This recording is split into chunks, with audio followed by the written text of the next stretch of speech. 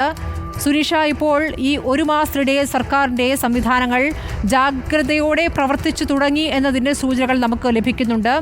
നേരത്തെ ഉമേഷ് നിൽക്കുന്ന ഭാഗത്ത് തോട് നന്നായി തെളിഞ്ഞൊഴുകുന്നുണ്ട്, അവിടെ അങ്ങനെ മാലിന്യം കാണാനില്ല. പക്ഷേ അങ്ങനെയല്ല, ആ ടണൽ നിൽക്കുന്ന ഭാഗത്ത് അവിടുത്തെ ഗുരുതര സാഹചര്യം പ്രസാദ് കാണിക്കുന്ന ദൃശ്യങ്ങളിൽ വ്യക്തവുമാണ്.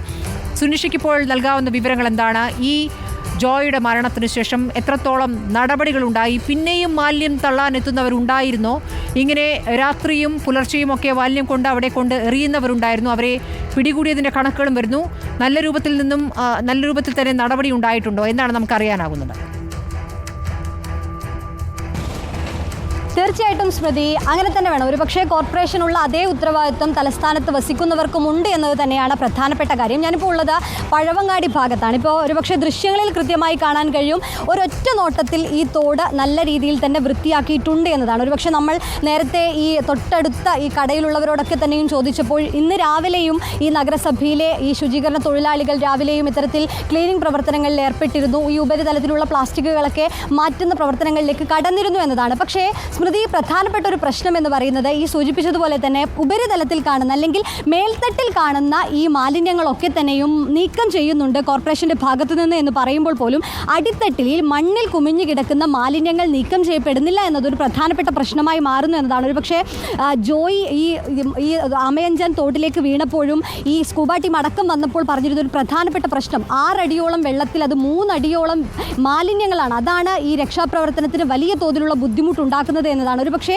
ദൃശ്യങ്ങളിൽ കാണാൻ കഴിയും. ഇതൊക്കെ തന്നെയും ഇവിടെ പൂർണ്ണമായും തുടക്കം മുതൽ തന്നെ ഇതിൽ പൂണ്ട് കിടക്കുന്ന മാലിന്യങ്ങളായിട്ടുള്ളവയാണ്. അതായത് കൃത്യമായി കാണുന്നത് ഈ ചാക്ക് പോലുള്ള, തുണികൾ പോലുള്ള, ഡയപ്പർ, അത്തരത്തിലുള്ള മാലിന്യങ്ങളാണ് ഇതുപോലെ കുമിഞ്ഞു കൂടിയിരിക്കുന്നത് എന്നതാണ്. ഈ മണ്ണിനടിയിൽ തന്നെ ആയതുകൊണ്ട് പൂർണ്ണമായും ഇത് വൃത്തിയാക്കപ്പെടുന്നില്ല എന്നൊരു പ്രശ്നം നിലനിൽക്കുന്നു എന്നതാണ് പ്രധാനപ്പെട്ട കാര്യം. ഏതായാലും ഈ തുടക്കത്തിൽ ഇപ്പോൾ ഞാൻ നിൽക്കുന്നത് പഴവങ്ങാടിയിൽ നിന്ന് ഈ തകരപ്പറമ്പിലേക്ക് പോകുന്ന ഈ തോടിൻ്റെ ഭാഗമാണ്. അതിലെ പലയിടത്തും പ്രത്യക്ഷത്തിൽ ഈ ഉപരിതലത്തിലുള്ള മാലിന്യങ്ങളൊക്കെ തന്നെയും മാറ്റിയിട്ടുണ്ടെങ്കിലും ഈ അടിത്തട്ടിലുള്ള മാലിന്യങ്ങൾ, ഒരുപക്ഷെ ഈ ദൃശ്യങ്ങൾ ഇപ്പോൾ വെയിലടിച്ചതുകൊണ്ട് കൃത്യമായി തന്നെ അടിത്തട്ടിലുള്ള മാലിന്യങ്ങൾ കാണാൻ കഴിയുന്നുണ്ട് എന്ന് ഞാൻ മനസ്സിലാക്കുന്നു.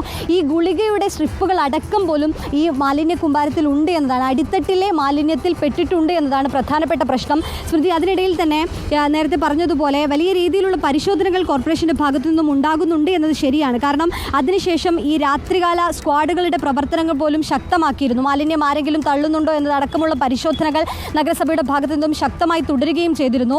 ഈ ജോയുടെ മരണത്തിന് പിന്നാലെ തന്നെ ഈ ആമയഞ്ചൻ തോട്ടിൽ മാലിന്യം തള്ളുന്നവരെ കണ്ടെത്താൻ നടത്തിയ പരിശോധനയിൽ പിടികൂടിയത് 27 പേരെയാണ്. അതായത് ജോയ് മരിച്ച് 1 മാസം പിന്നിടുമ്പോൾ 27 പേരെ ഇത്തരത്തിൽ മാലിന്യം തള്ളുന്നതിനിടയിൽ പിടികൂടിയിട്ടുണ്ട് എന്നതാണ് കണക്കുകൾ കാണിക്കുന്നത്. ഒപ്പം ഈ മാലിന്യക്കയത്തിൽ ജോയിയെ കാണാതായതിന് തൊട്ടടുത്ത ദിവസം മാത്രം 9 പേരെയാണ് പിടികൂടിയിട്ടുള്ളത് എന്നും. അതായത് മാലിന്യങ്ങൾ തള്ളരുതെന്ന് പറയുമ്പോൾ പോലും കൃത്യമായി ഇവരിൽ നിന്ന് ഫൈൻ ഈടാക്കുകയാണോ ചെയ്തിട്ടുള്ളത്?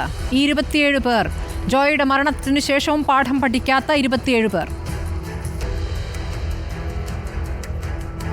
തീർച്ചയായും സ്മൃതി, അവരിൽ നിന്നും ഫൈൻ ഈടാക്കി എന്നതാണ് മനസ്സിലാക്കാൻ കഴിയുന്നത്. ഒപ്പം തന്നെ 19ഓളം വാഹനങ്ങളെ ഇപ്പോൾ പിടിച്ചെടുത്തിട്ടുണ്ട്.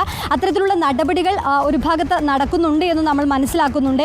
നിലവിൽ ഇതേ രീതിയിൽ തന്നെ പരിശോധനകൾ തുടരുന്നുണ്ട്. അന്ന് ജോയ് മരിച്ച സമയത്ത് തന്നെ അന്നൊരു വ്യാപക പരിശോധന നടക്കുന്ന ഘട്ടത്തിൽ ആളുകൾ തന്നെ, അവിടുത്തെ പ്രദേശവാസികൾ, അവിടെ താമസിക്കുന്നവർ പറയുന്നത് ഹോട്ടലുകളിൽ നിന്നാണ് ഈ രൂപത്തിൽ വലിയ തോതിൽ മാലിന്യം ചാക്ക് കണക്കിന് കൊണ്ട് തള്ളുന്നത്. ഹോട്ടലുകളാണ് ഉത്തരവാദികൾ എന്നാണ്. ഇപ്പോൾ ഈ ഫൈൻ ഈടാക്കപ്പെട്ട 15 പേരിൽ എത്ര പേരുണ്ട് ഈ ഹോട്ടൽ ഉടമകൾ? അതിൻ്റെ സൂചനകളുണ്ടോ?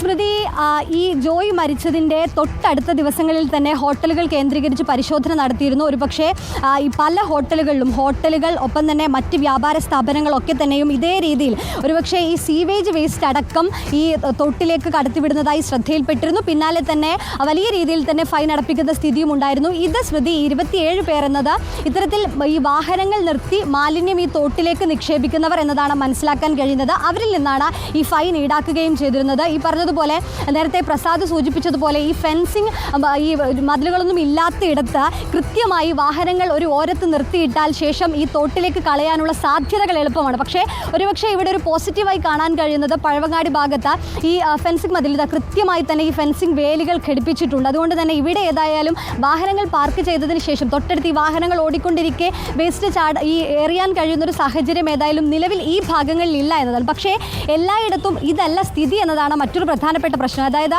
ഈ ആമഴിഞ്ചാൻ തോട് പോകുന്ന പലയിടങ്ങളിലും ഇത്തരത്തിലുള്ള ഫെൻസിങ് വേലികൾ ഘടിപ്പിച്ചിട്ടില്ല. ഉണ്ടെങ്കിൽ തന്നെ അത് ഒരാൾപ്പൊക്കത്തിൽ എറിയാൻ കഴിയുന്ന രീതിയിലുള്ളതാണ് എന്നത് ഈ മാലിന്യങ്ങൾ എറിയാനുള്ള സാധ്യതകൾ ഉണ്ടാക്കുന്നു എന്നതാണ്. ഒപ്പം തന്നെ കഴിഞ്ഞ ദിവസം MP രാജേഷിൻ്റെ നേതൃത്വത്തിൽ, മന്ത്രിയുടെ നേതൃത്വത്തിൽ ഒരു അവലോകന യോഗം ചേർന്നിരുന്നു. അതിൽ കൃത്യമായി പറഞ്ഞിരിക്കുന്നത് ഈ CCTV ദൃശ്യങ്ങളടക്കം ഈ ക്യാമറകൾ സ്ഥാപിക്കുന്നത് അടക്കമുള്ള പ്രവർത്തനങ്ങൾ നടന്നു വരുന്നുണ്ട് എന്നതാണ്.